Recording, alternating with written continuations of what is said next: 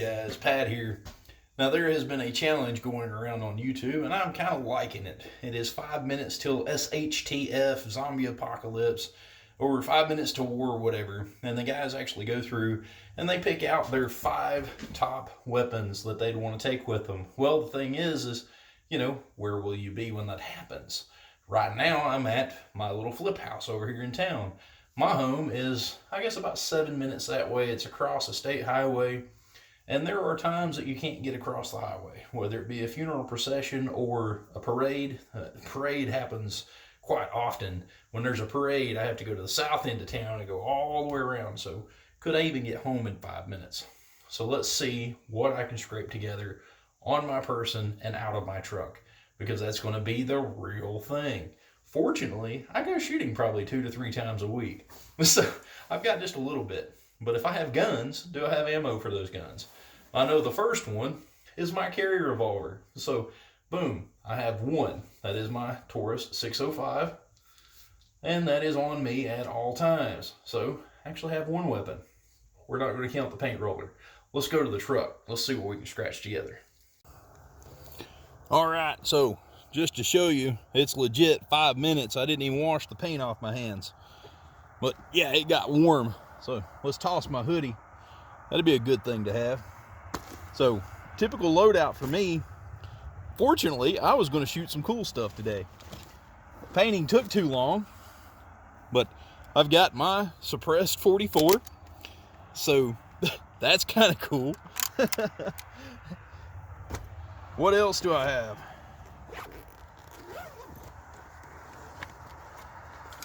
I've got a suppressed 300 blackout. So that is definitely cool. I'd kind of want more, I guess, mainstream calibers. But I guess if I'm going to be roughing it, SHTF, when it hits the fan, at least we can be quiet. So I got 3 magazines for the 300 blackout. There's a Lancer. There's that stupid hex mag that wouldn't feed. I took it out. I was going to try to work with it and see if I couldn't get it to loosen up or something before I wrote it off for 300 blackout. And then, of course, one of my tried and true proven lead bow. This is one of my favorite magazines. I'll probably put a new spring and follower in that one if it ever acts up. But now, those two are just happenstance. This one is one that stays in my go bag. This is my go bag. That's a Glock 23, and it's threaded suppressor height sights. It always stays in the go bag with a whole big old bag of Remington hollow points. 2 extra magazines. So, yeah, we're rocking and rolling there. So at least I have my primary. This is going to be the primary. Well, these two are kind of lackadaisical. They're more novelties than defense weapons. But, at least I can thump some things quietly. We also, at the beginning of the video, we established that I have my snubby 357. But the thing that sucks about that is I've combed the whole truck, and this is all I have. This was in my left pocket. So I have 10 rounds. This one's nothing but a secondary. So I'm now concerned. Of all the things to find, I guess I can SHTF with troll hair. Or is it a beard?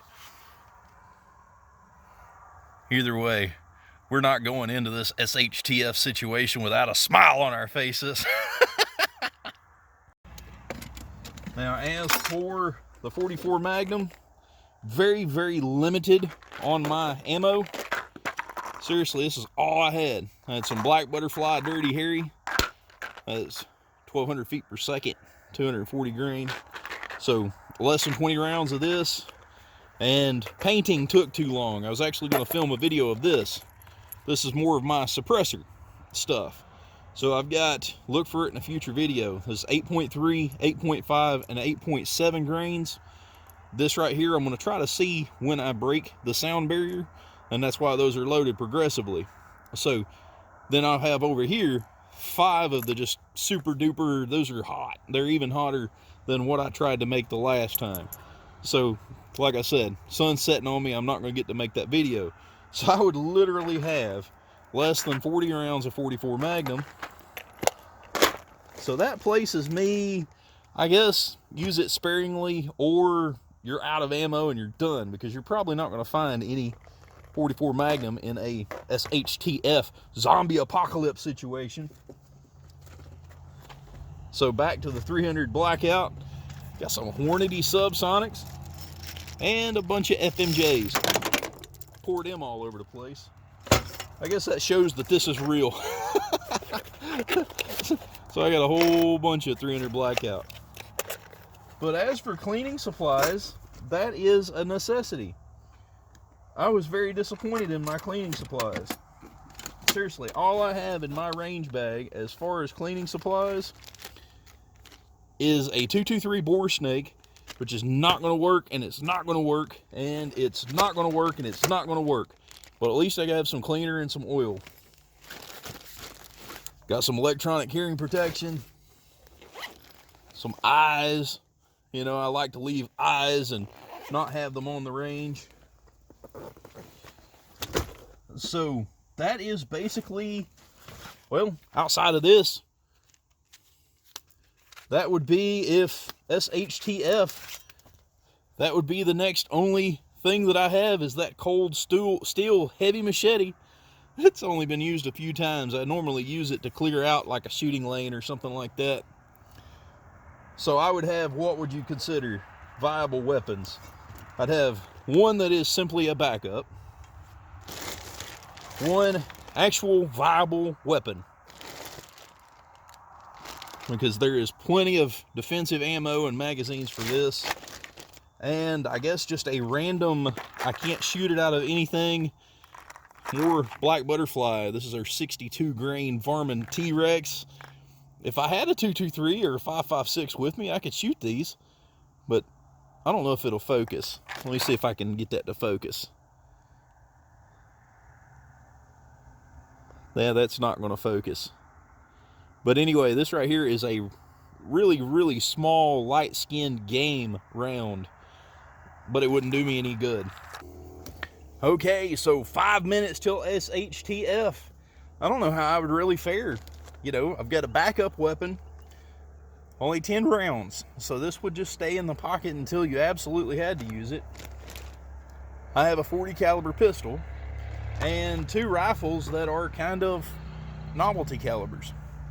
Another thing that disappointed me is I have 0 .22 in here. Just everybody, when they talk about SHTF, 22 is a staple to survival. I don't have any. So, what kind of holes do I have in my plan? You guys tell me in the comment section. I hope you've enjoyed the video. We will see you next time. Alright, so one thing I actually would like to talk about is this PowerTac E9G4 Lite. I have been rough on this thing. Been using it for work and everything else. And I like it. This thing has got all sorts of features. We got a strobe, which is really disorienting in the dark. We have got, that is completely low. It's like a map reading. This thing's supposed to last days on map reading. Of course, next up, next up, next up. And you can see how bright that is. It is still pretty much light outside. My windows aren't tinted very darkly. So yeah, this thing is rock and roll. In a bug out situation, this PowerTac is an awesome little light. That's magnet too. The charger just magnetizes, just clips right to it. It's pretty cool.